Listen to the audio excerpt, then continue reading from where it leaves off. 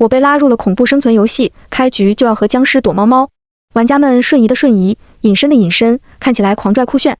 他们问我，你有什么特殊能力？我看了看飘在他们身后的胡、柳、灰三位小动物模样的家仙，认真道：我是神奇宝贝召唤师。我被拉进了恐怖生存游戏，一起进来的还有好友梁子成。落地的时候，我手上正拿着筷子，筷子上吊着片毛肚，梁子成则端着杯可乐。眼前的场景突然变换，把梁子成吓了一跳，他迷茫的左顾右盼，什么情况？这时，一道机械的电子音在我们头顶上方响起，检测到玩家使用唯一技能召唤，该技能附带5分钟强制中场休息时间，请努力获得被召唤者的帮助，祝好运。玩家技能什么玩意儿？我带着满肚子疑问打量起四周。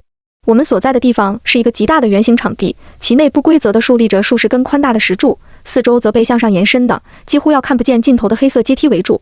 这是斗兽场。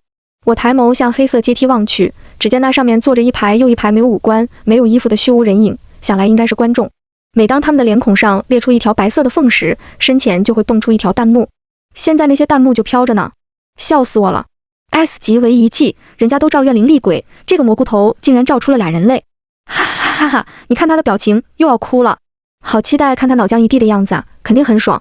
得益于弹幕的提示，我一下就找到了召唤我们的蘑菇头。他正呈保护姿态站在一个受伤的男人前面，双手向前平举，掌心朝外，看起来就跟动漫角色丢技能一个样。他的对面是9个身形高大、皮肤青黑、脑门上贴着符、双手同样平举的僵尸。我下意识动了动鼻子，味道好冲，年份肯定不小。我生气地对蘑菇头说：“就是你召唤的我们是吧？赶紧把我们弄回去！我的毛肚只差一下就涮好了，就差一下。天知道我1个月就能蹭这么一回火锅，一口还没吃呢。”蘑菇头被吓了一跳，眼泪豆子哗啦啦往下落。对不起，我不知道会照出人，也不知道怎么把你们弄回去。说到这里，他突然顿住，态度变得小心翼翼。请问你们是人吗？我还沉浸在他那句不知道怎么把我们弄回去中，闻言心不在焉的反问：现在是白天还是晚上？啊，白天。我点点头，那我是人。蘑菇头茫然，他露出无比失望的表情。这时，他身后的受伤男虚弱地开口：那你们有没有什么特殊能力，能杀僵尸的那种？我不理解为什么要杀僵尸。受伤男也不理解，不杀僵尸难道杀人？他上下打量了我一下，目光逐渐带上敌意。梁子成大大咧咧地走到我身前，挡住了他的目光，对受伤男绽放出一个阳光灿烂的笑。受伤男忍不住连退2步，移开视线。蘑菇头见气氛变得不对，忙向我们解释：虽然不知道为什么你们适应得这么快，但我想我还是应该为你们解释一下现状。这是一个由无数恐怖游戏组成的世界，我们都是被拉进来的玩家。现在我们参加的这个游戏叫猫捉老鼠，只有击杀所有僵尸才能获得胜利。所以他的话音还未完全落下，就被场地另一边的一个声音打断：喂，你们！我循声望去，就见原本空无一物的地方突兀地出现了9个人，为首的是个年轻女孩。她用手指拨弄了一下染成金黄的长发，嘴角轻轻勾起，态度傲慢地说：我的团队中有隐身、穿墙、瞬移，说出你们的技能，我可以考虑要不要让你们加入。一边是弱鸡和废物，一边是健全的超能力者，该怎么选？你们不会不知道吧？2句话把蘑菇头和受伤男说得面色惨白。梁子成满脸严肃，似乎立刻抓住了女孩话里的重点。他说：隐身和穿墙，那可是男人的梦想。好，是我高估这丫的了。重点个屁！女孩的表情很快从傲慢变得震惊，最后定格在鄙视。她超快地摆了摆手，和身后众人一起隐去身影。我额角一抽，一拳头就呼上了梁子成的脑袋，他头上顿时立起一个大包。我赶紧朝那群人隐身的位置伸出一只手，宛若尔康呼唤紫薇般极力挽留。特殊能力，我们有。他们的身影又缓缓浮现。我大喜，这小子特别能招鬼，我就更厉害了。我是尊贵的神奇宝贝召唤师。圆形的巨大斗兽场上，9个青面獠牙的僵尸正用一种戏耍人的状态追杀我们4人。我们加速多少，他们也加速多少，一分不多，一分不少。这就意味着他们始终保持着堪堪能抓死我们的距离，只要我们松懈，便会立刻被杀。可要是想甩开他们，也绝无可能，因为僵尸的体力是无穷的。游戏参与者只能在绝望中慢慢耗尽体力，最终成为他们的粮食。也不绝对。虽说跑在最前面的受伤男和中间的蘑菇头确实浑身上下写满了无助，但他俩后面的我和梁子成就不一样了。我俩在小学鸡吵架，都怪你说什么男人的梦想，猥琐死了，金发姐姐都不带我们玩了。怪我只是在说客观事实，明明是你自己发癫，说什么神奇宝贝召唤师，我说错了吗？我难道不是在说客观事实吗？就是你的错，怪你，怪你，怪你，怪你，怪你。吵着吵着，我俩打作一团。弹幕哪来的神经？我在看什么喜剧节目吗？你别说，你还真别说，他俩又吵又打的，气息一点都没乱，根本不掉队。游戏主办方呢？总不能真要我们在这看半小时秦王绕柱吧？上难度啊！我要看厮杀，我要看肠子一地。游戏主办方没有反应，我身侧的空气却有了一丝微妙的波动。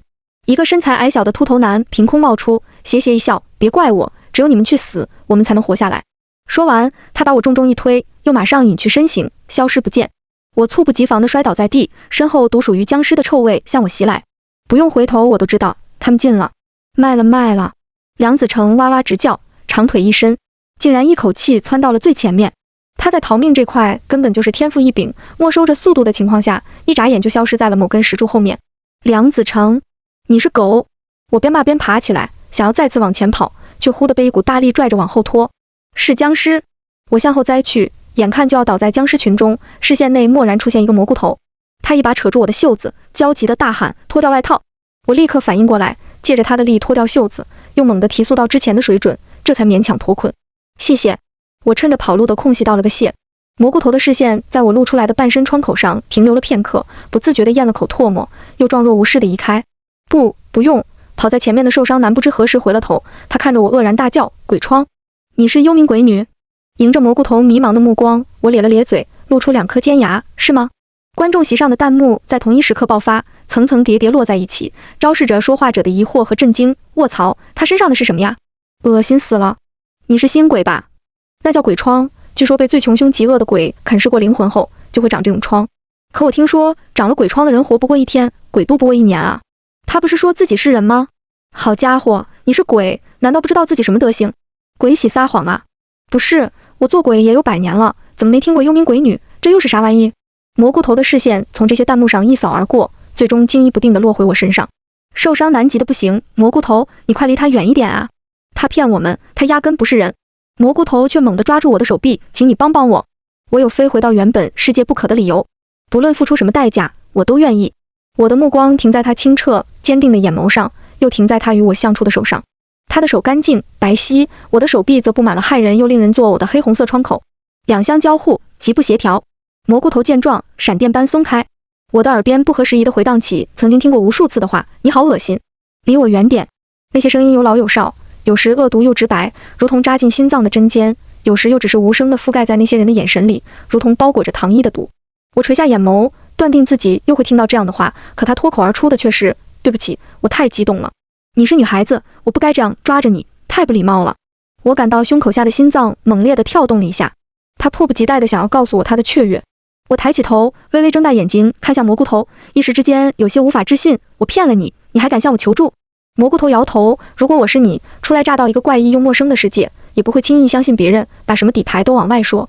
更何况你要真不是人类，对我们来说不是更有利吗？只要能说服你出手，我们活下来的概率就会更大。原来他不像看起来那样傻。我突然笑了出来，原来我也是个以貌取人的。我释怀地发自内心的笑着，我的声调稍稍拉高，里面透着愉悦，我没骗你。说完，我停下脚步，身后的僵尸立刻逼近。我能明显感到他们身上的腐臭味已经将我包围，亦能明显感受到利爪和尖牙即将扎入我的脖子。被死亡笼罩前，我看到蘑菇头失望的表情一闪而过，紧接着就被焦急和惊恐代替。他没有片刻犹豫地向我伸出了手，大喊：别管那些了，快抓住我的手。我却笑得更开心了，我每一句话都没骗你哦。胡迅。随着我喊出狐仙的本名，一团火焰自我的影子中腾升而起，毫不客气地逼退了僵尸。达到目的后，那些火焰又宛如纷飞的红莲，一朵又一朵重新聚集到我身边。先是变金，而后变白，最终火焰消失，白狐现身。他说：尊家，我一直在。我叫林玉叶，是3界内唯一一个半身鬼王。白天的时候和人类无异，过了0点便是万鬼之王。我身边跟着5位保家仙，狐、黄、白、柳、灰，原身分别是狐狸、黄鼠狼、刺猬、蛇和老鼠。他们与我因果相交，既是师长，又是家人。或许有一天，我有机会告诉你们，为什么我会变成这么一个东西。但眼下，我需要先解决这个古怪的游戏。胡迅，他们说自己是猫，我们是老鼠。我指着僵尸，劈头盖脸就是一顿告状。狐仙尾巴一抖，一分为6，周身又飘起红莲状的火焰。他拖着青年的嗓音，懒懒散散地说：“哦，那可巧了，我是犬。”说完，他呲出尖牙，对着僵尸发出一串婴儿哭声般的叫声。火焰陡然炸开，直冲僵尸而去。在他们躲避之际，狐仙一跃而起，身形变大，将其中3个僵尸踩到爪下。至于另6个，狐仙也没放过，他的6条尾巴各自一卷，将他们分别禁锢。你们要感谢曾家唤的是我的名字，他要是喊的灰门那只，你们现在已经成碎块了。狐仙恶意满满的笑眯了眼，那家伙最讨厌猫了。说完，他轻轻抬爪，任由脚下3个僵尸挣脱，接着又在他们即将逃离的时候重重踩下。弹幕：到底是谁在玩猫捉老鼠？僵尸，冤枉啊！我们甚至没说过一个字，好可怕，好可怕！所以所谓的恐怖游戏，实际上是让僵尸感到恐怖的游戏吗？这位狐门大佬好强，要不是隔着屏幕，我估计我已经嘎了。哦，不对，我已经是鬼了呢。另一边，离我不远处，蘑菇头的嘴巴张得老大，好半天才吐出一句：“你还真是神奇宝贝召唤师啊！”我认真点头，那当然。我爷爷说了，好孩子不能撒谎。但是鬼不同，撒谎是鬼的天性，所以你能把游戏规则和获胜条件再说一次吗？蘑菇头正中了神色，你的意思是，游戏规则本身可能隐藏着什么我们不知道的问题？我笑了笑，突然觉得蘑菇头和梁子成挺像，一个看起来大大咧咧，脑子里全是浆糊，却总能通过细枝末节挖出奇特的案子；一个看起来软弱胜负，稍不注意就哭鼻子，却总能一针见血地看透事情的本质。或许我和这一挂的人比较合得来，我不禁思维发散了下。蘑菇头的声音把我拉了回来。这个游戏的规则很简单，只有2句话：一，这是一个公平的游戏；二，游戏分为2个阵营，当其中一个阵营丧失战斗意识时，另一方取得胜利。我扫了一眼游戏场地，勾起了嘴角。原来如此，我对还在玩僵尸的狐仙说：“狐训，把他们脑袋上的符烧了。如果这是你的意愿。”狐仙驱动红莲火焰，准确无误地点燃了9个僵尸头上的黄纸符。只是那些符咒上聚集着极为强悍的力量，火焰没办法将它们一口气燃烧殆尽。就在这时，我身后的空气又一次出现了微妙的波动。来了！我在对方杀意最明显的瞬间，当机立断抱头蹲下，他扑了个空。我回过头，恰好看见之前推我的秃头男现出身形。他握着一把刀，面容狰狞丑陋，见我躲过了攻击，目露惊讶，但很快又举起刀向我刺来。我不躲不避，冲他咧嘴一笑。下一刻，一只手抓住了他拿刀的手。梁子成就像凭空出现一样站在了他背后，另一只手握着支削尖了的筷子，紧紧抵住秃头男的脖子。他笑嘻嘻地将筷子往下压，就知道你还会再偷袭一次，抓到你喽，秃头隐身哥。怎么可能？秃头男不敢置信，你什么时候在我身后的？我怎么没发现？你也会隐身？面对一连串问题，梁子成脸上笑容不变。不，我只是个普通人，也不会隐身，不过是借助了大佬的帮助，抹去了存在本身而已。他说这话的同时，身后隐隐浮现出一个身穿青白色道袍，两鬓缀有长发，腰间别着长剑的少年。灰仙，他是5仙中和梁子成最玩得来的那个，经常坐镇在他身边，防止他的招鬼体质把自己害死。秃头男的嘴巴张张合合，好半天才惊悚地问：所以你刚才卖队友的行为是装的？你根本就一直跟在我身后，等待我下一次的行动？那当然，我怎么会出卖朋友？梁子成好奇且不理解。秃头男沉默半晌，哈了一声，语气里颇有些自嘲的意味在里面。他低声自言自语：这句话，不知道你在这个世界待久了，还说不说得出来。秃头男果断地扔掉刀，举起双手，示意自己没有攻击意图了。但梁子成并没放下手里的筷子。家仙不可伤人，所以我们在面对来自人的威胁时，只能时刻保持警惕。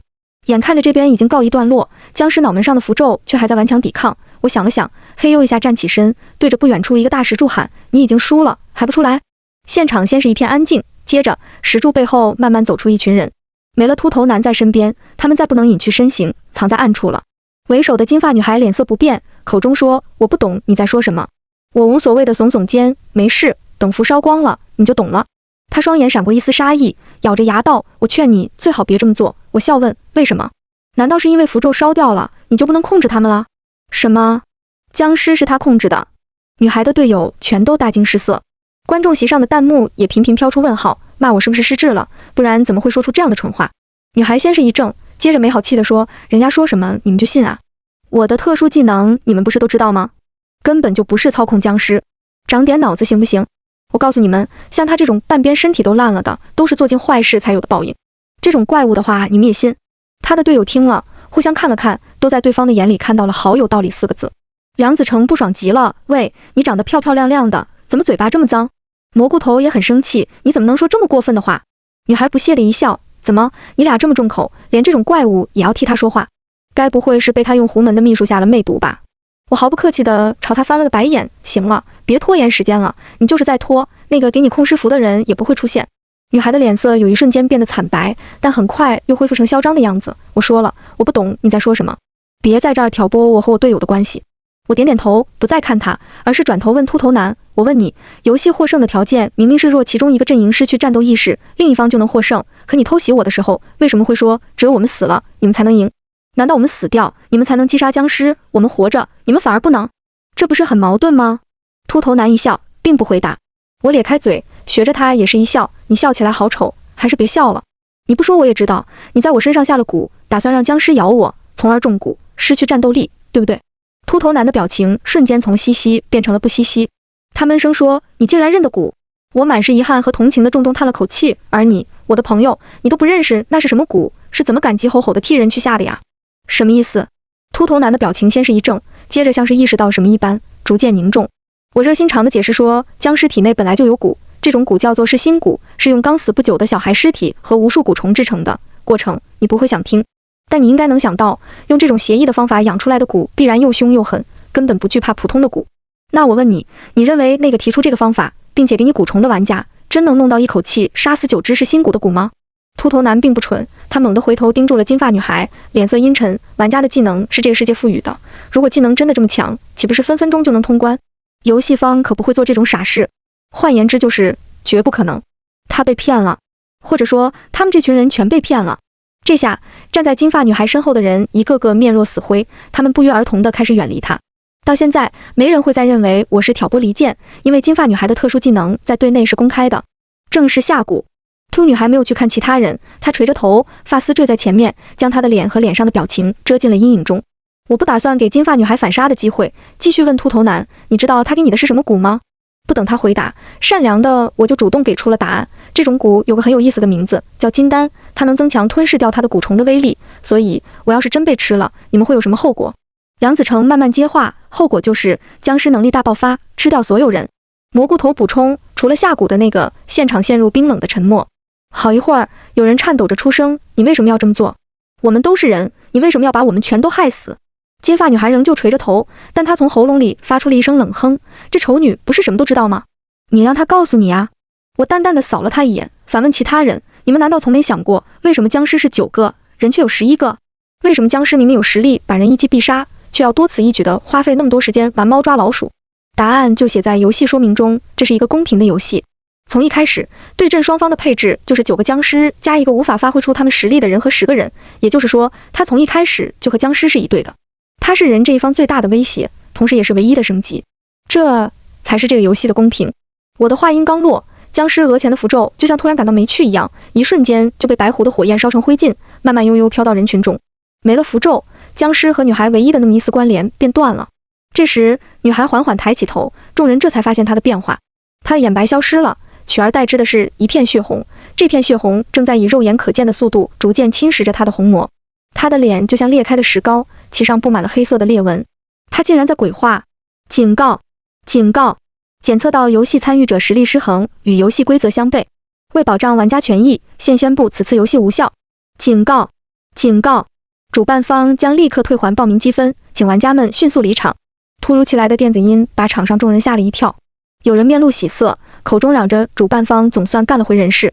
绕开金发女孩，慌慌张张离开赛场。有人很疑惑，从没遇过取消游戏的情况，到底是怎么回事？而且玩家竟然能和鬼组队，但也没敢停留，只是面带复杂的看了女孩和我们一眼，沉默离开。秃头男却站在原地没动，他小心地观察着金发女孩，看着她的长发一点点枯萎掉落，最后化成粉尘。他的脸上说不出是什么表情，像是不忍，又像是嘲讽。他的声音冰冷却僵硬，你是不是要死了？变成这副样子，值得吗？女孩听后大笑，笑得脸上的裂纹疯狂蔓延，浑身上下都开始淌血。死？怎么可能？我永生了！她得意洋洋地伸出一只手，欣赏着上面灰青色的皮肤，言语中带着异常的狂热。这个样子，不过是没有通过那一位的考核所受到的一点小惩罚而已。一副皮囊，和在这个世界苟活比起来，和像玩物一样受鬼怪摆布比起来，根本不算什么。我已经不是玩家了。你在这里生活了这么久，不会不懂这句话的含金量吧？不用再为了多活一天去参加这些该死的游戏，不用再成为鬼的乐子，这简直就是梦想的生活呀！再过不久，我就会适应身体的变化，成为一个真正的鬼。到时候我就能真正成为掌控别人生死的那一方了。这难道不比当然好？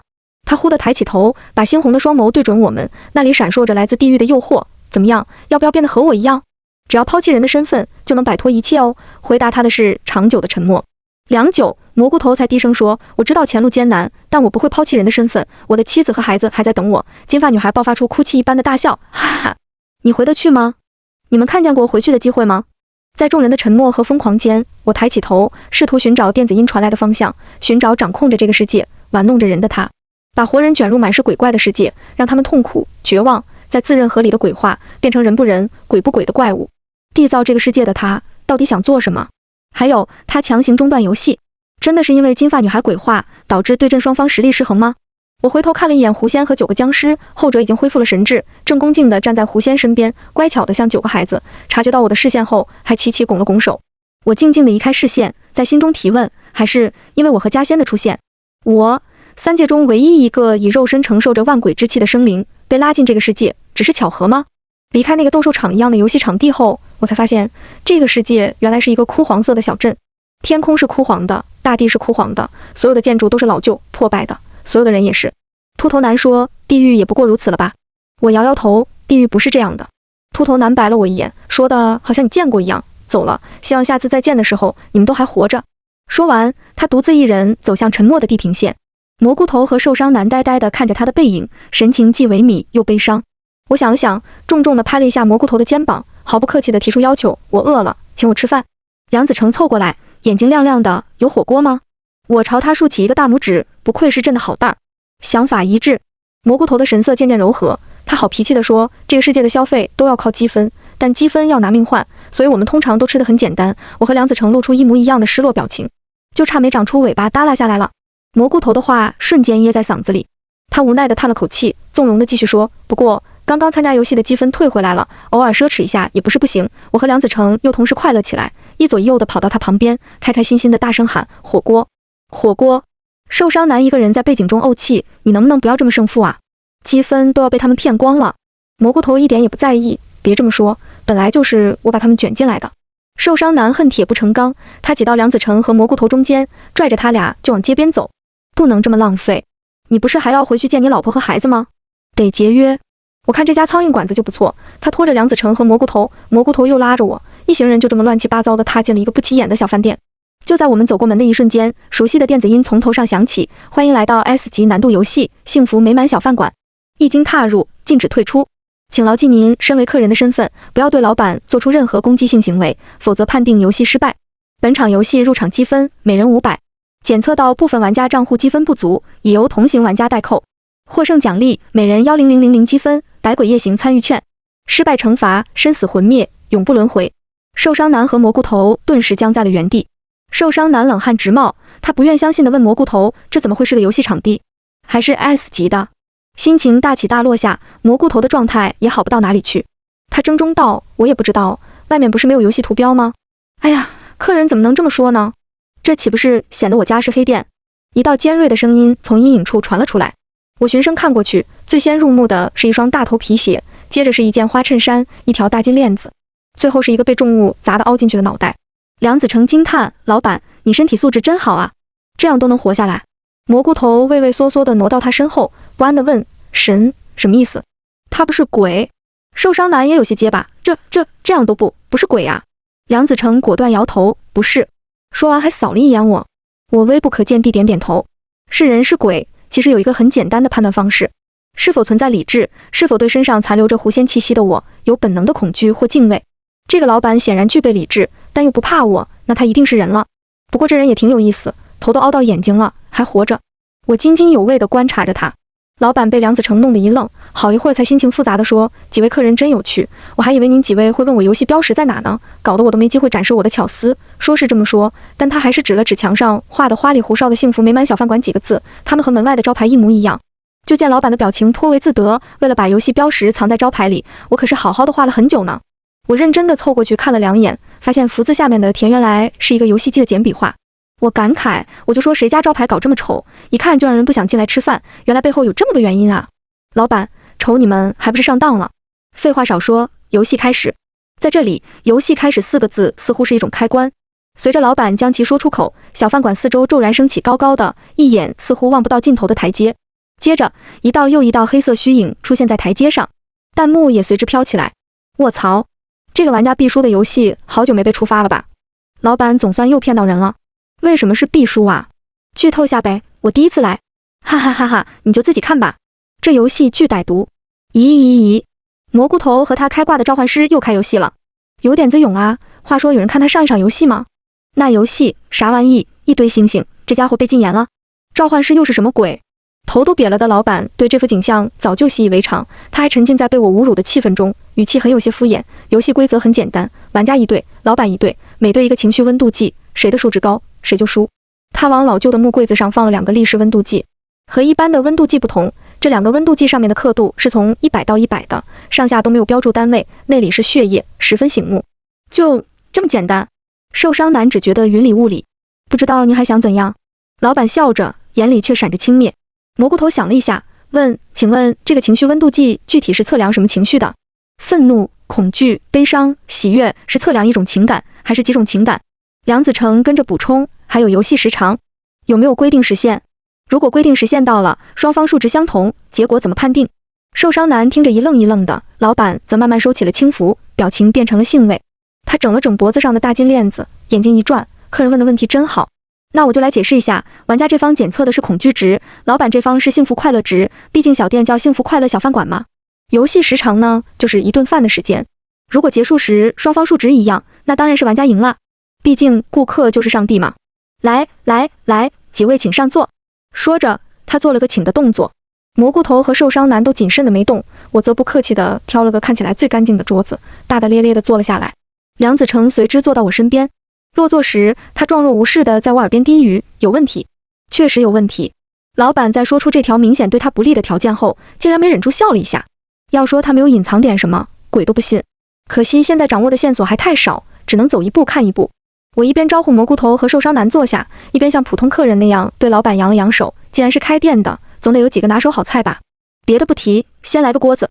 配菜吗？猪肉、羊肉来一套，再搞点毛肚、鸭掌、豆花。你们要吃什么？梁子成飞快回应：肉和肉。蘑菇头看了看我，又看了看梁子成，犹豫了一下，菠菜。只有受伤男风中凌乱，不是，你还真跟着点啊。老板搓着手，笑应道：好嘞。客人请稍等。受伤男惊悚：不是，你还真同意呀？我看着老板的背影，把下巴搭在了手上。从梁子成和蘑菇头的反应来看，他们应该都已经看出了这个游戏的特殊性。保持人设。游戏开始前，电子音提过，请牢记您身为客人的身份，不要对老板做出任何攻击性行为，否则判定游戏失败。我开始还以为这只是对暴力型玩家的限制，但从老板的反应来看，这句话应该也对他有同样的限制。换句话说，只要玩家扮演好客人，老板就必须扮演好老板，不能物理性伤害玩家。我趁着老板不在，把这个想法告诉了其余几人。受伤男大叔一口气，也就是他只能吓我们，并不会真的杀我们，对吧？那还怕个屁！我和蘑菇头在这个鬼地方待了这么久，什么东西没见过？倒是你俩，等会儿别哭着叫妈妈。他的话音刚落，老板就端回了一锅红汤。那红汤不知是什么做的，看起来极为粘稠，里面塞满了乱七八糟的内脏，中间起伏着一条白嫩的婴儿手臂。那小手五指微张，抓着一截肠子，看起来既无辜又让人心颤。在场所有人都无法把视线从它上面移开。我们眼睁睁地看着老板点燃酒精块，塞到锅底，看着那粘稠的红汤滚动起来，直到空气中弥漫起一股异样的清香。饭桌上只安静了2秒。哦，最先忍不住的是受伤男，他猛地倒吸一口凉气，旋即难以遏制的干呕出声。下一秒，属于玩家一方的温度计直直向上升到了20。同一时刻，另一个温度计上升到了5。我朝老板看过去，他察觉后也看了过来，回了我一个愉悦的笑。有点子歹毒啊！老板快乐的点竟然是玩家感受到恐惧，这不是无解吗？哈哈，要不怎么说这游戏玩家必输呢？你还有一点没说，这温度计记录的是玩家的恐惧值之和，这组有4个人，估计再来2次惊吓就会结束游戏喽。真无聊啊！是啊，等等喂，我眼花了吗？那妹子怎么拿起筷子了？吐啥呀？这是白萝卜。我用筷子戳了戳婴儿手臂，他顺着筷子的方向滚了一下，做的还挺像，配上店里的灯，几乎看不出来。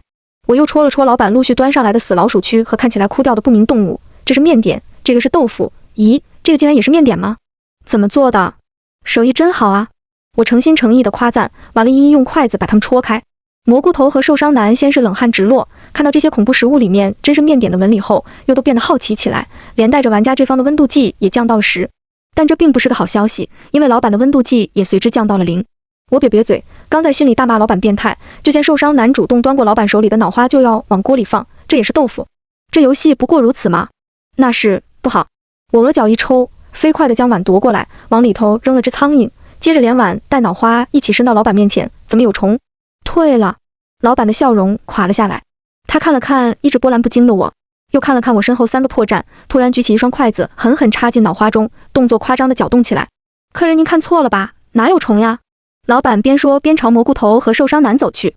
昏暗的灯光下，他瞪大污浊的双眼，咧开嘴，露出沾满黑红色污渍的牙。蘑菇头和受伤男被惊得一动不动。忽然，老板猛地把自己那颗凹进去的脑袋伸到他们面前。虫在哪？这可是我刚从头里挖出来的呀，怎么会有虫？说这话的同时，他的头竟然开始往外渗血，血液流进他的眼睛，又流到他的嘴唇。他伸出舌头舔了一下咂巴咂巴嘴，似乎意犹未尽。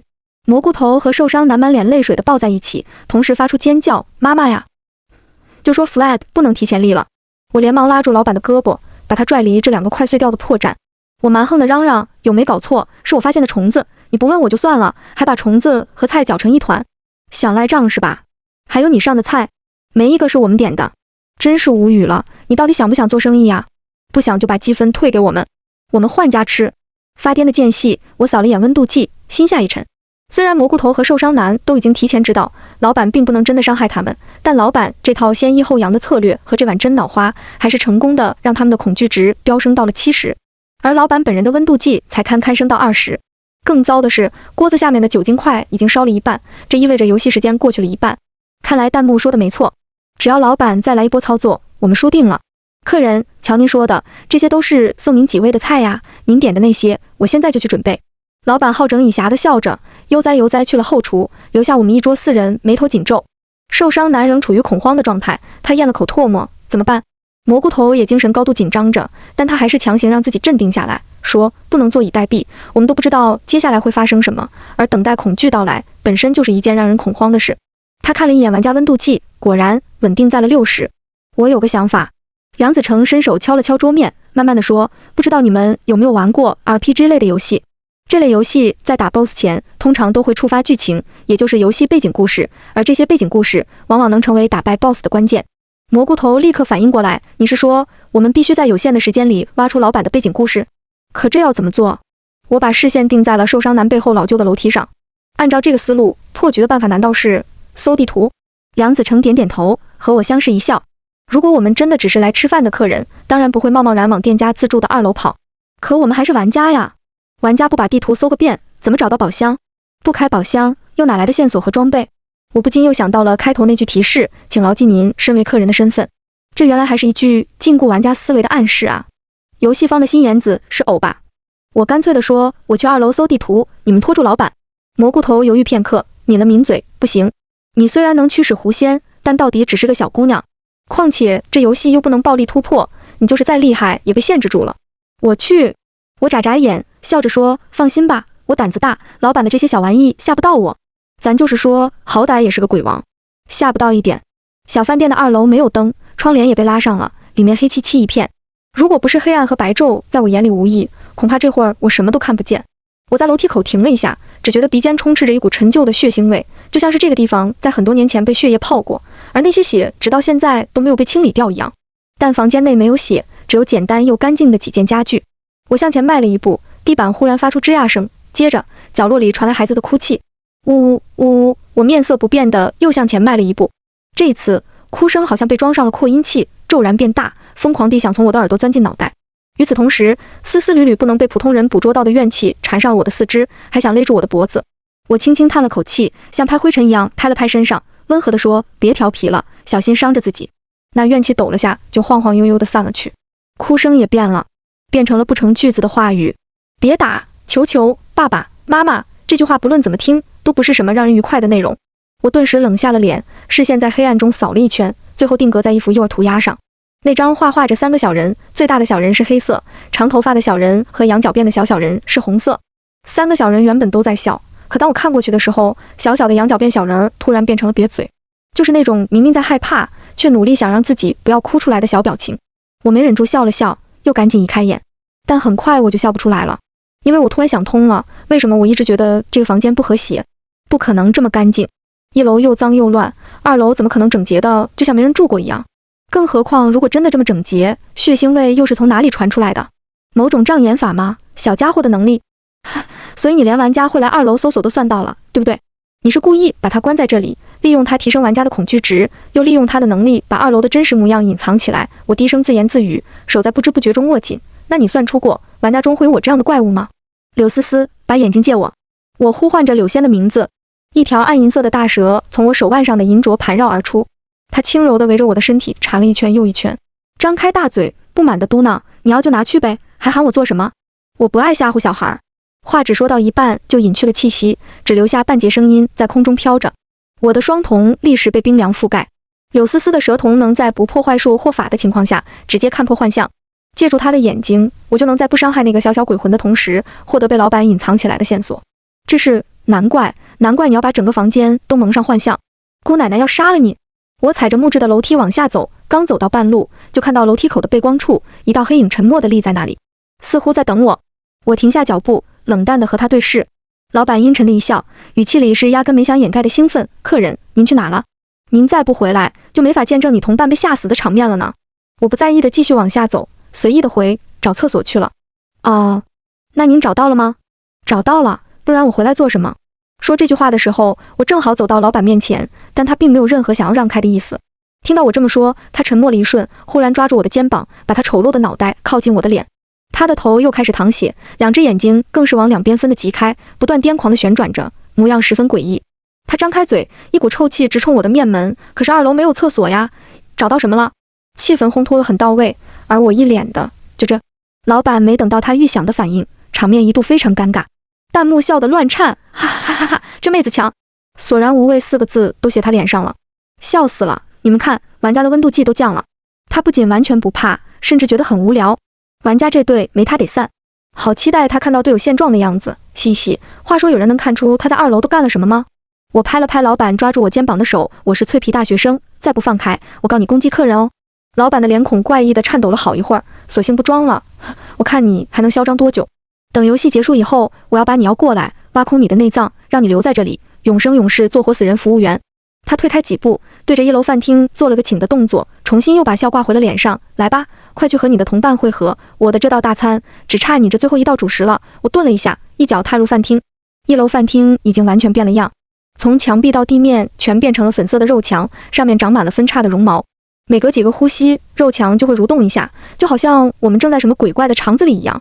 灯光不知道从什么时候开始变成了昏暗的黄，挂在天花板上慢慢摇曳，一会儿照到脸色很差但仍保持着镇定的梁子成，一会儿照到几乎要昏厥过去的蘑菇头和受伤男，就是照不清角落里窸窸窣窣的声音和悄悄晃动的黑影是什么。梁子成3人的头发、脸、身上都沾着黑红色的血，那血是从天花板上滴下来的，一滴又一滴，像是没有关紧的水龙头。但即便是这样，他们也一动不动，根本不敢伸手去擦拭，更不敢抬头看。他们能做的只有死死盯着锅子下的酒精火苗，口中喃喃自语，拼命要求自己忽略掉垂落在身体四周的头发，因为那是倒挂在他们头顶，脑袋离他们只有20多厘米，口鼻还流着血的女鬼的头发。如果不是忌惮梁子成身后那个站得笔直的道袍少年，这女鬼恐怕早就和他们贴了。灰仙察觉到我的气息后，皱着眉回头直骂，一个比一个没出息，要他们怕就别看，非忍不住看。好容易不看了，又在脑子里乱想，自己吓自己。骂完就毫不留恋地钻进梁子成胸前的坠子里。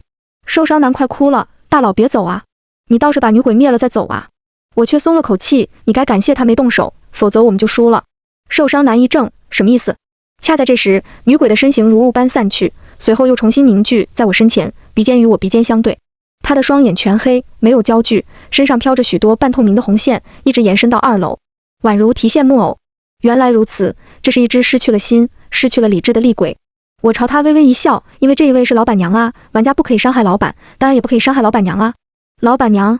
蘑菇头和梁子成同时发出惊呼，朝温度计看去。难道说这玩意测量的根本不是老板一个人的情绪？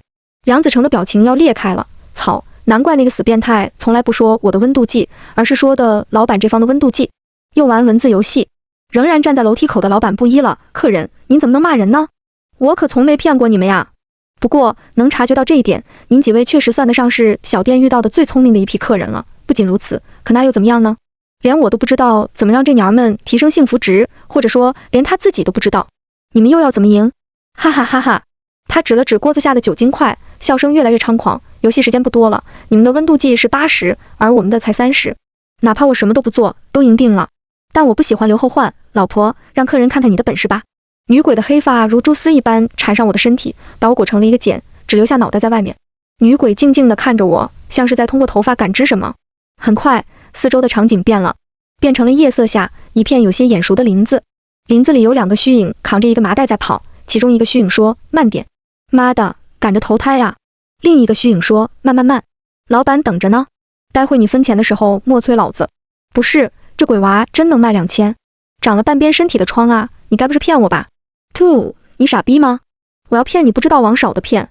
这有钱人的癖好，谁搞得明白？说不定因为她是个女娃呢。2个人说到这里，同时停顿了一下，默契的相视一笑。哥，我们也很久没碰女人了吧？要不先验验货？他们猥琐的笑着，打开麻袋，里面是我。难怪这么眼熟，原来被困在里面的是10年前的我呀。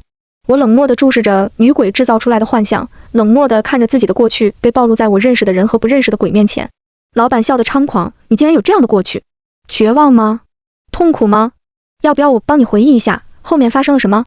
梁子成暴怒地从椅子上跳起来，也不管地上那些绒毛和房间内看不清的威胁了，冲到老板面前，揪着他的领子低吼：“停下！”老板两手一摊，十分无赖：“打我呀，把你身上那个妖叫出来杀了我呀！”梁子成握着拳头，无法下手，眼神晦暗不明。老板的笑变得扭曲：“不敢啊！”哈哈哈，那就在旁边好好的欣赏吧。房间中的幻象还在继续，2个成年人的虚影打开了麻袋，露出了过去的我。他们一边脱裤子一边笑，笑声莫名的和老板的笑声融为了一体。我呆滞地看着他们，一动也不动，双眼慢慢变成了蛇瞳。我稚嫩的脸上浮现出了不属于这个年龄的笑。与此同时，包裹在黑发中的我也露出了一模一样的笑，那是比老板还要猖狂还要邪性的笑。幻象中的我和幻象外的我同时说：“那边来欣赏吧。”竹林与虚影顿时像散开的沙子一样，一瞬间消失无踪。房间内的场景再一次改变，一间普通的不能再普通的卧室里，一个男人正在翻箱倒柜地搜着什么。门外探出一个脑袋，一个扎着羊角辫的小女孩好奇地问：“爸爸，你在找什么？”男人没理她。小女孩抱着一幅画走进卧室：“爸爸，你在找钱吗？”妈妈说：“你不能再去赌了，不然我们就要饿肚子了。”男人手上一顿，猛地回头扇了小女孩一巴掌，恶狠狠地说：“管到你老子头上来了，死丫头片子！”那一巴掌实在太重，小女孩摔倒了地上，半边脸高高肿起，鼻子也开始流血。她一定很疼，不然怎么会哭呢？呜，爸爸，别打我！男人本来已经回过身继续翻找了，听到孩子的哭声后，突然像是被刺激到一样，抓起手边的东西就朝她扔去。砰一声，女孩没了声。门口出现一个长发女人：“小朵儿怎么哭了？”孩子他爸：“朵儿，怎么会这样？”他焦急地跑过去，把小女孩抱在怀里，不敢去碰女孩头上的血，脸上满是震惊和愤怒。他尖叫着骂男人：“你疯了！你平时打我就算了，怎么能对女儿动手？我要报警！我要带朵儿走！”男人愣愣地站在原地，听到他这么说后，眼珠缓缓地转动了一下。他慢慢地走到妻子身边，又慢慢地蹲下来。他伸出双手，在女人的注意力全部集中在孩子身上时，掐住了她的脖子。想走？想报警？不可能！你这辈子都逃不出我的手心，你就算死，都注定和我绑在一起。他的双臂青筋凸起，女人恐惧地张大双眼，一只手本能地在地上探寻，抓住了还沾着她女儿的血的厚重烟灰缸。她抓着烟灰缸，狠狠砸向男人的头。男人被砸得晃动了一下身体，突然，他掏出一把折叠刀，一手按住女人的身体，一手握刀捅了进去。给你脸了，敢反抗？贱人，老子杀了你！女人的脸痛苦地扭曲起来，她的视线情不自禁地落到了倒在地上的小女孩身上。她不再犹豫，忍着痛，抓着烟灰缸一次又一次地砸了下去，直到她的血染红了地板。这便是我在2楼用蛇瞳看到的场景。此刻，我又利用蛇瞳对女鬼能力的反噬，将它复刻了出来。想来后续的事，就是你们3个人全被拉入了这个世界。不同的是，拉进来时，老板还剩一口气，仍属于活人的范畴，你和女儿却变成了鬼。按理来说，以你和你女儿的能耐，想要脱离老板，甚至玩死他，都是很轻松的事，但你们却受制于他。是这个世界的管理者做的吧？他和老板达成了某种交易，或许是，只要老板在这里成为一个游戏的关卡 BOSS， 他就帮他控制你们母女俩。此时，女鬼的头发已经收了回去，她似乎是受到了回忆的触动，找回了一些理智。她安静地看着我，浑身散发着悲伤的气息。小朵被关起来了，听话才能见她。我轻轻一笑，从荷包里拿出一张折起来的涂鸦，展开后露出里面的3个小人。我可以帮你。我又把手伸进荷包，掏啊掏，掏出一颗糖，那是一颗融有我魂魄中鬼气和功德的特殊糖果。我将糖放在羊角辫小人上，温和地说：“姐姐答应你的，只要你安静地跟我下楼，就奖励你1颗糖果，还带你见妈妈。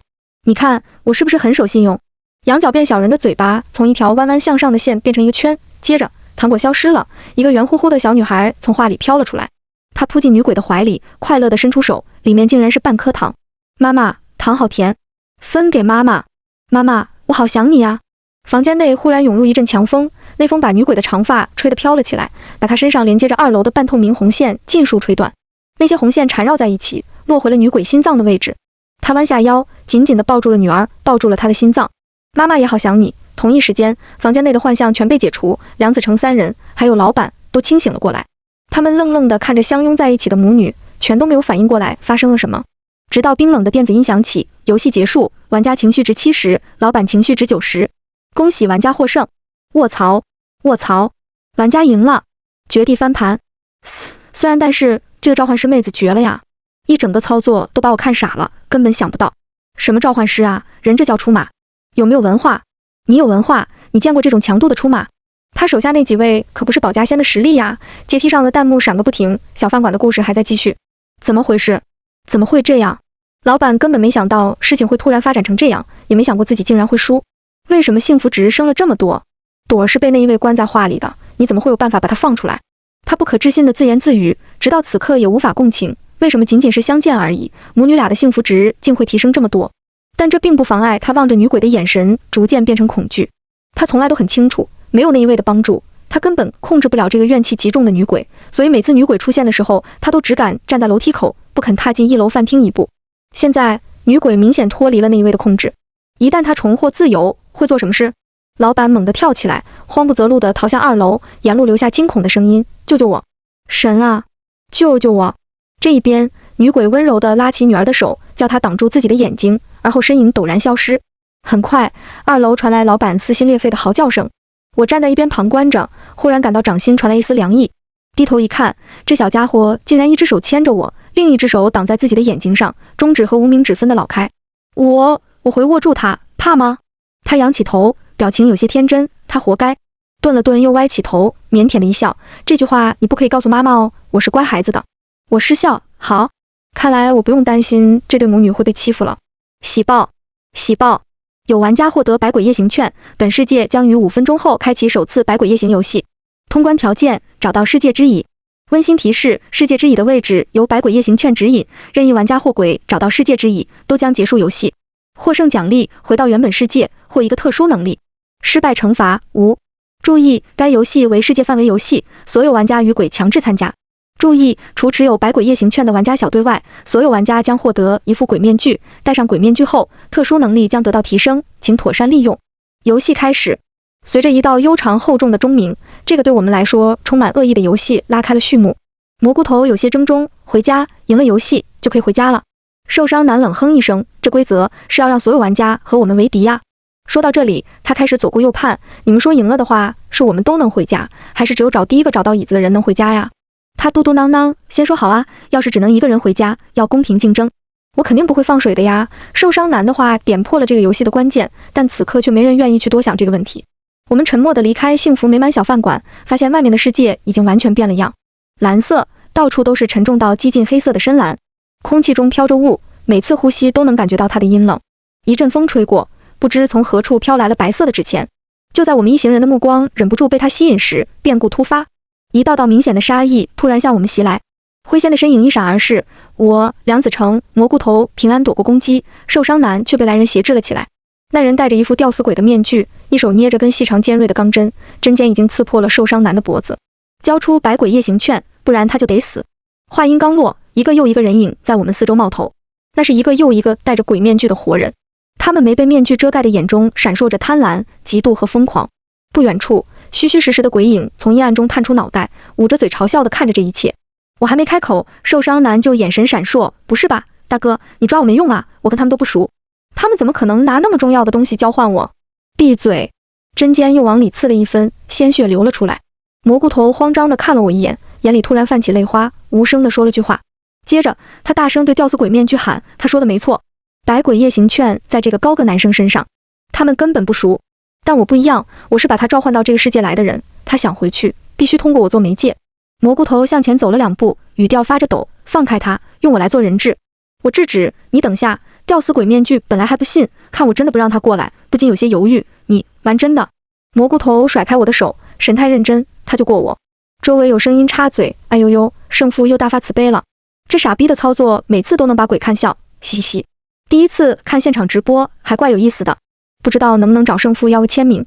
是看热闹的鬼们。”吊死鬼面具语气恍然而讽刺：“原来是你，圣父梁思寻，真是幸会。你的事迹我听过不少，行，你过来，我再放他走。”蘑菇头往前走了2步，我抬头看了看，仍然无法分辨出时间的天色，叹了口气，慢着，喂，不是吧？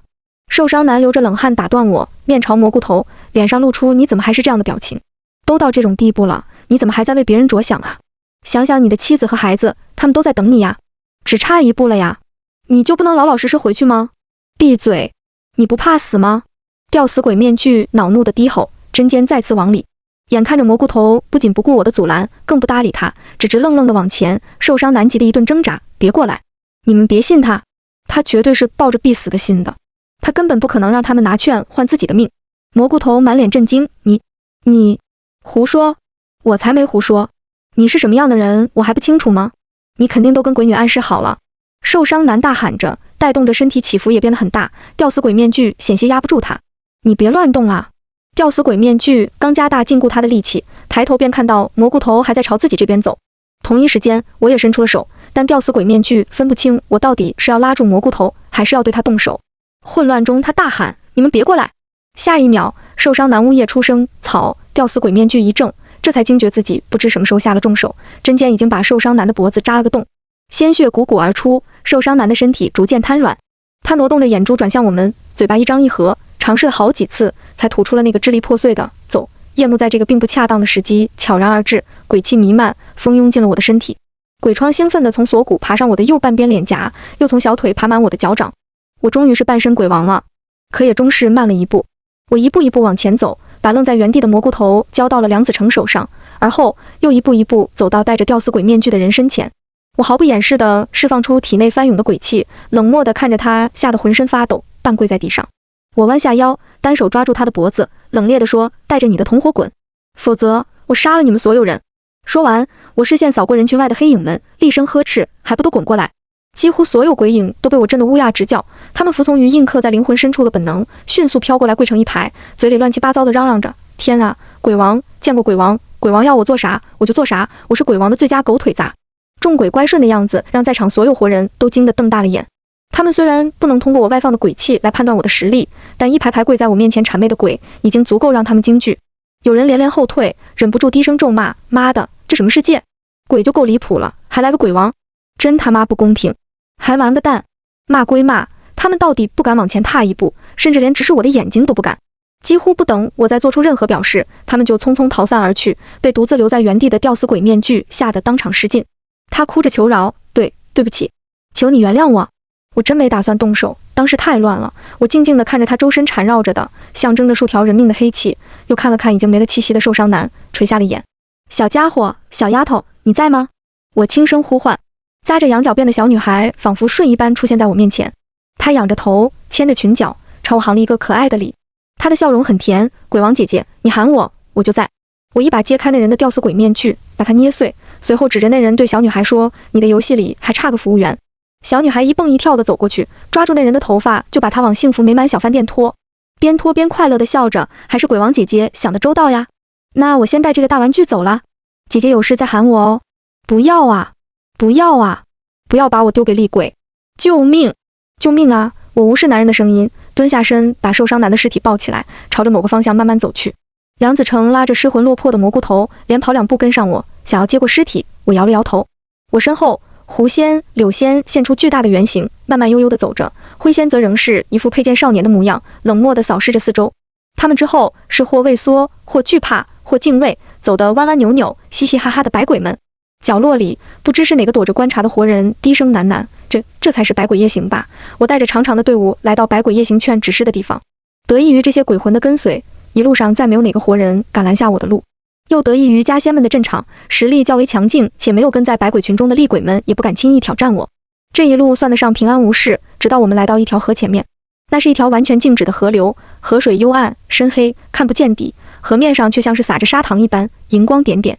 鬼影们不肯再上前，他们说那些银光是在这个世界中死去的人和鬼的魂魄碎片，一旦沾上就会被永远留在这里，只有像您几位这样身怀功德的人才能通过。一个鬼谄媚地说，尤其是您，鬼王大人，您身上飘着的金光都快把我们闪瞎了。我抬起没有长鬼疮的手，数不清的金色光点随之飘起，这竟然是功德的具象化。梁子成好笑地说，林玉叶，你半边身体黢黑，半边身体金光闪闪，超搞笑。就连一直失魂落魄的蘑菇头也微微扯了扯嘴角，他们身上也闪着一点微弱的金光。梁子成的功德是因为他曾帮不少死者抓到过凶手，至于蘑菇头，想来他在这个世界帮过不少人吧。所以这个游戏根本就是在骗你们，看看你们根本过不了河，找不到椅子。我让他们留在原地的同时，找准时机挑拨离间。鬼影们的表情瞬间从嘻嘻同步成了不嘻嘻。我开心了。我带着梁子成和背着受伤男尸体的蘑菇头走到河边，河面上慢慢浮现出一座拱桥，就像沙漠中缓缓出现的海市蜃楼一般，扭曲着，似真似假。桥上站着一个戴着兜帽的人影，他嗤笑一声说，哟，才多久没见，怎么变得更丑了？哎呀，这是害死了一个护花使者。说着，他摘下兜帽，露出一张如同白墙上裂开许多裂纹的脸，竟然是猫抓老鼠游戏中的金发女孩。当然，她现在没头发了。我不客气的反击，哟，才多久没见，你怎么被发配到这种鸟不拉屎的地方来了？你那好上司没给你安排点福利好的游戏上班？女孩脸上又裂出几条细小的缝，她气得要死，真想把你的嘴缝起来。你要有针线，不如先缝缝你的脸。你……女孩惨白的脸孔因气恼变红，但很快她又镇定下来，露出一个将一切都掌控于心的奇怪笑容。我不跟你计较，上来吧，把尸体放进河里。蘑菇头有些犹豫，我想让他回归故土。女孩冷漠地说，他回不去。顿了顿又补充，死在这里的人魂魄只会留在这里。我垂下眼眸，朝蘑菇头点点头。他虔诚地将受伤男放在河面上，很快尸体沉入河底。他看着河面上的银光，愣愣地问，他的魂魄也在其中吗？女孩不耐烦地打断他，你们还参不参加游戏了？别浪费我时间行不行？他的身侧凭空出现一口大锅，他从里面舀出一碗水。说是游戏，其实规则很简单，也没有惩罚，你们只需要做出选择就行了。喝下这碗水，你们三个就会忘掉这里的一切，回到原本的世界，不喝就能过河。至于和那边会遇到什么，你们还有没有机会回去，我就不知道了。说着，他笑了起来。温馨提示，只能都喝，或者都不喝哦。这个游戏很明显是个陷阱，目的就是让参与者起内讧。因为当有人想喝水，有人不想喝的时候，最保险的方法就是杀掉少数，这样才能确保所有能够做出选择的人选择一致。但要真这么做，之后会发生什么还不确定，同伴人数却100%会减少。这是一场多重赌博，但这个游戏对我们3个人来说等于白送。我问蘑菇头，你怎么想？他低下头瞪着自己的双手，如果刚刚我不那么冲动，不那么激动，他就能等到你恢复实力，就不会死。你明明已经让我等下了，我却只顾着自己的想法，是我的错，更是这个世界的错。如果我就这样回去，有什么意义呢？这个世界还会出现无数个像他一样枉死的人，这条河上的银光还会增加。他抬起头，眼神坚定，对不起，把你们卷了进来，但我还不能一个人逃回去。总得做点什么，总有我能做的事。我慢慢扬起嘴角，看吧，我就知道他会做这样的选择，毕竟他是胜负嘛。我又把目光投向梁子成，就见他脸色复杂地看着蘑菇头，不知在想什么。梁大少，我喊。梁子成和蘑菇头同时看过来，蘑菇头后知后觉意识到我在喊梁子成，有些不好意思地抓了抓刘海。梁子成安静地回应，不用问我，我听你的。这家伙虽然有些不对劲，但说的也是我猜到的答案。我点点头，那走吧，过河。蘑菇头眼睛一亮，精神振奋地跟在我身后。你们也同意不回去？我白了他一眼，谁说不回去了？但是吧，我们的想法应该是一样的。试试吧，试试能不能让所有想回家的人和鬼都回家。端着水的女孩大惊失色，什么？你们疯了吧？你们这是想直接和那一位对上？他不可置信，脸上的裂纹越来越多。别傻了，你们打不过他的。他是这个世界的主人，他等同于这个世界呀。我撇撇嘴，一点也不怕，一个小偷而已，我也不是省油的灯。小偷？你叫他小偷？女孩的身体因情绪激动轻轻颤抖，忽然她癫狂地发出爆笑，两眼流出血泪。你说的对，小偷，小偷，哈哈。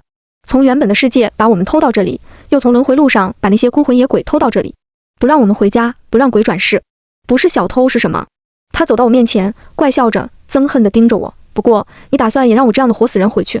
我莫名其妙，你愿意回去就回去，不愿意回去就不回去，我又不拿刀架着你，做什么？怕呀？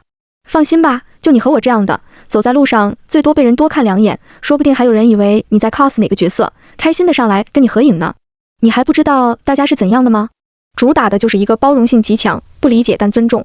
说着，我的语气不知不觉变得柔软。我们所在的那个小破世界，糟糕的人和事确实很多，但美好的更多，所以我们才想回去，不是吗？女孩彻底愣住了，她脸上的裂纹慢慢愈合，外放的负面情绪也逐渐收了起来。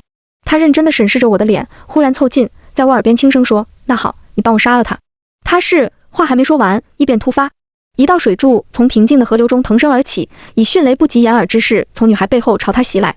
我急忙把她护住，可水柱四周的荧光还是落在了她身上。砰！荧光落在她肩膀的一瞬间，仿佛炸弹一样爆开，预想中的尖叫声却没有出现。我焦急地接住她坠落的身体，发现她的喉咙被炸得血肉模糊。这是她对告密者的惩罚。好在女孩已经不是普通人的身体，这样的伤并不致命。看着她难受却还挣扎着想要说话的样子，我从来到这个世界伊始便不断感受到的愤怒，在此刻达到了巅峰。我咬着牙，我已经知道了，多亏了你，我不仅确认了他的身份，还知道要怎么对付他了。放心，我一定带你们回家。他一定听到了我的话，因为河水忽然卷起荧光，朝百鬼们涌去。梁子成、蘑菇头，过来护好他！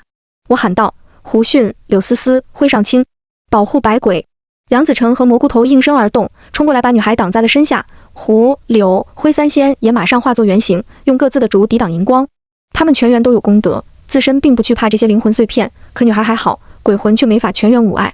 那可是无孔不入的水呀！爆炸声混合着鬼们的惨叫，此起彼伏。我于混乱中纵身跳入河中，河水竟然避开我的身体，形成了一条路径。这是三途川？不，真正的三途川会把我拖起来扔出去。这条河的河水应该是从三途川偷来后，用什么办法稀释过的。不过他们还是和原版一样讨厌我呢。呵呵。于是我仿佛下坠一般，直直掉到河底，又凭借着河水袭击女孩的方位，找到了她。这个世界的主人，受伤男。他不再是那个丢到人群中都发现不了中年男人的形象，而是变成了一个相貌十分年轻，看上去戾气极重的桀骜少年。但从五官上看过去，还是能依稀看到点受伤男的影子。此刻他正坐在一块巨大的黑色水晶上，一手托着脸，饶有兴致地看着我。原来如此，原来如此。我就说，为什么你这具人类的躯体竟然能容纳数十万的怨气？原来你另外半边身体里有同等数量的大功德，两者之间达到了平衡。有趣，太有趣了。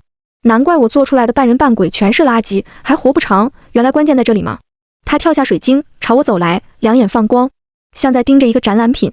不枉费我费了那么多心思把你弄到这个世界，完美，太完美了！少年兴奋地大声说。我感到恶寒，我不是来跟你废话的。话没说完就被他打断。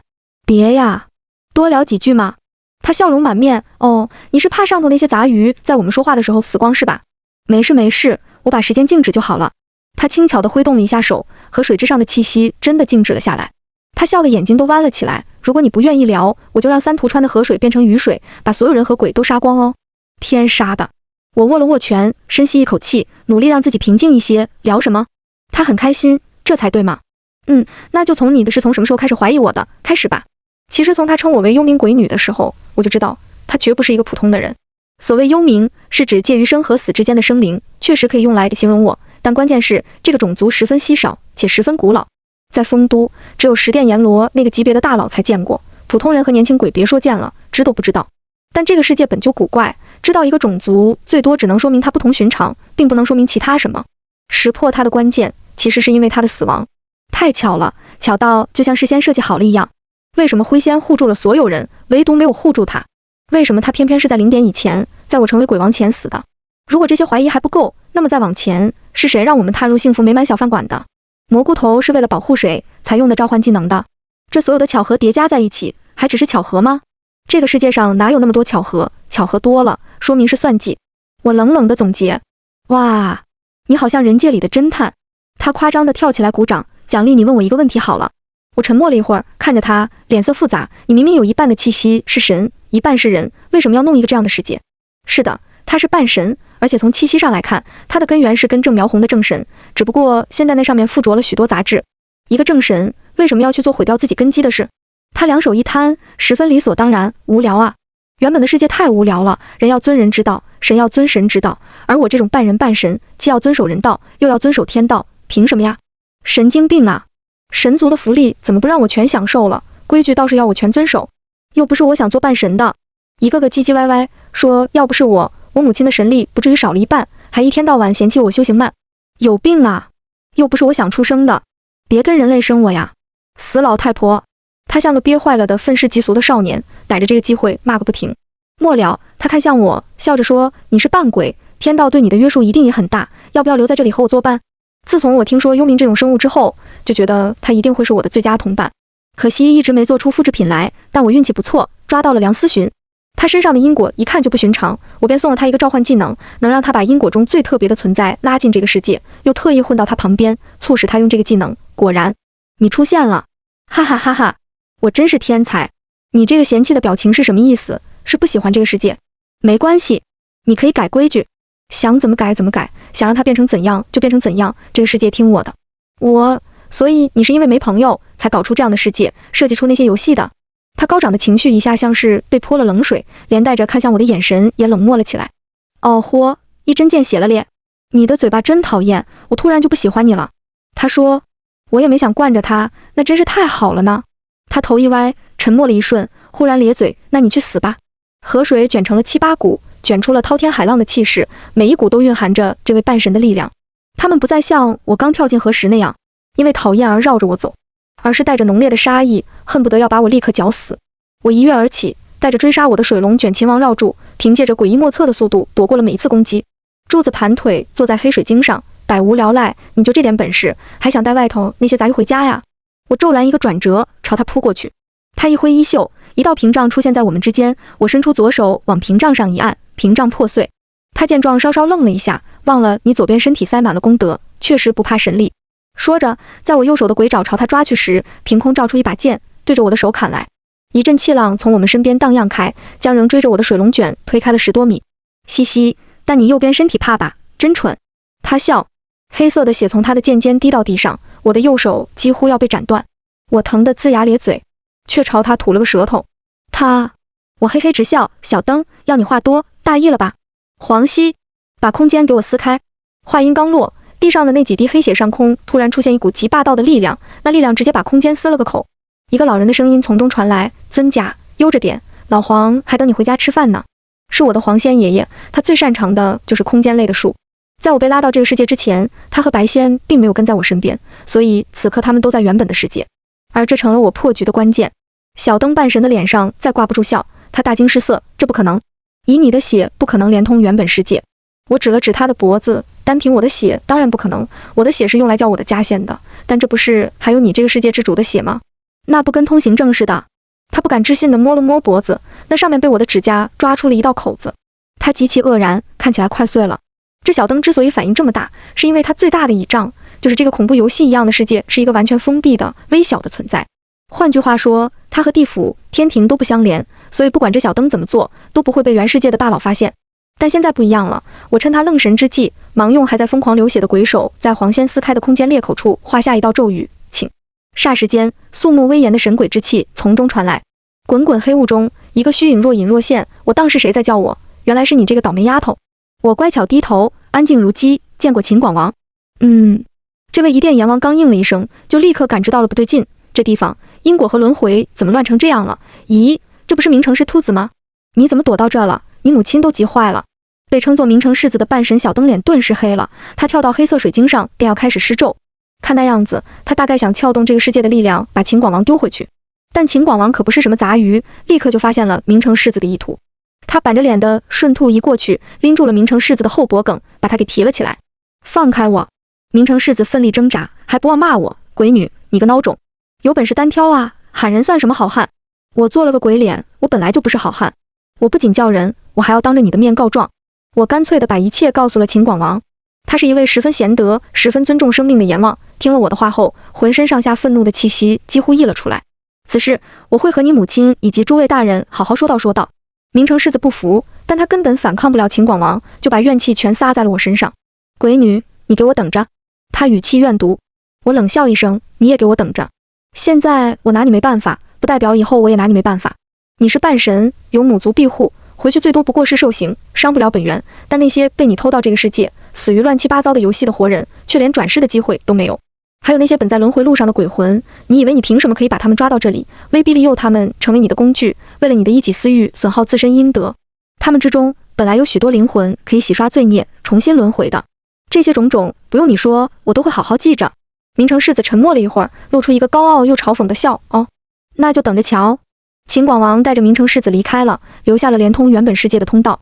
临走前，秦广王告诉我，那块巨大的黑色水晶是一个难得的宝物，同时也是这个世界的基石。只要它存在，这个世界就会持续运转。另外，这个世界已经在形成自己的天道了，只是按照这个势头下去，形成的大概率是一个极为扭曲的天道。这样的天道一旦形成，就是师道。师道是什么？会发生什么？蘑菇头愣愣地问。此时我已经把梁子成、蘑菇头和金发女孩带到了河底，并把所有的事都告诉了他们。这里已经和外界有了一缕连结，如果这里失道，会有神出手，让这里消失。我回答。蘑菇头，那些不愿回去的人和鬼怎么办？并不是所有人都留恋着原本的世界，鬼的情况就更复杂了。比如幸福美满小饭馆的那对母女，他们被迫沾上了许多因果，背上了不少人命，如果回去要受许多刑罚，更何况他们不愿彼此分开。我沉默了片刻，说一起消失。